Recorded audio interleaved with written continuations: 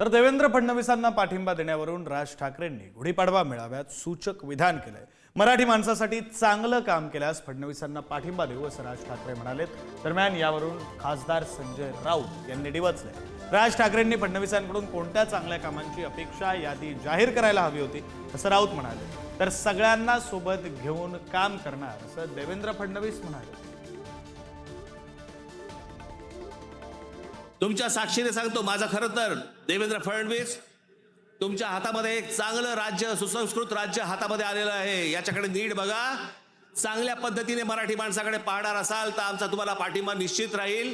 प्रत्येक गोष्ट आमची ऐकून करा। देवेंद्र फडणवीसांनी चांगलं काम केलं तर आम्ही त्यांना पाठिंबा देऊ, हे चांगल्या कामाची यादी त्यांनी जाहीर केली पाहिजे होती काल। त्यांना कोणत्या चांगल्या कामाची अपेक्षा देवेंद्र फडणवीस यांच्याकडून आहे? मुंबईमध्ये मराठी माणसाची पिछेहाट सुरू आहे। महाराष्ट्रातून उद्योग बाहेर चाललेले आहेत आणि देवेंद्र फडणवीस त्याच्यावरती काहीच बोलत नाही। ते चांगलं काम आहे का?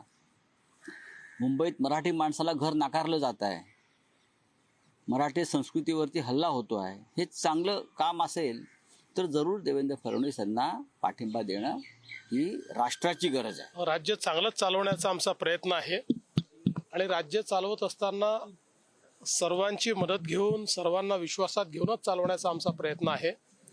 मी काल त्यांचं भाषण पूर्ण ऐकू शकलो नाही, पण जेवढं मी ऐकलं त्यात काही महत्त्वपूर्ण मुद्दे ते बोललेले आहेत। निश्चितपणे त्याच्यावर आम्ही विचार करू।